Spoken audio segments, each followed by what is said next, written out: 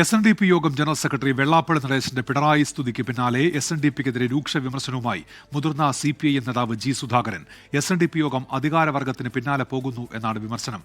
വെള്ളാപ്പള്ളി നടേശന്റെ പരാമർശങ്ങൾക്ക് പിന്നാലെ SNDPയിലും ഭിന്നാഭിപ്രായങ്ങൾ ഉയർന്നു.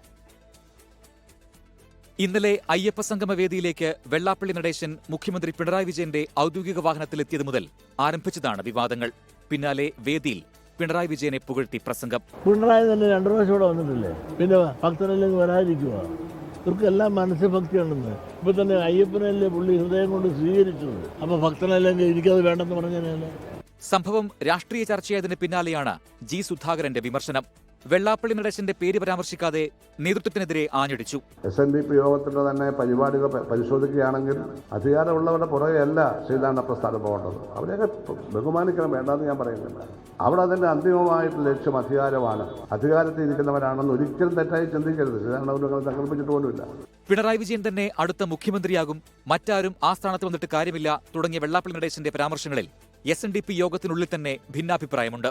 ഇതിനിടെയാണ് നേതൃത്വത്തെ ആകെ വിമർശിച്ചുള്ള G. സുധാകരന്റെ പ്രതികരണം. 24 ആലപ്പുഴ. ലോകത്തെവിടെയായാലും ഏത് സമയത്തും 24 വാർത്തകളും ഓഗ്മെന്റഡ് റിയാലിറ്റി പാക്കേജുകളും എക്സ്പ്ലെയിനറുകളും വിശദമായി കാണാൻ ഞങ്ങളുടെ YouTube ചാനൽ നിങ്ങൾക്ക് സബ്സ്ക്രൈബ് ചെയ്യാം.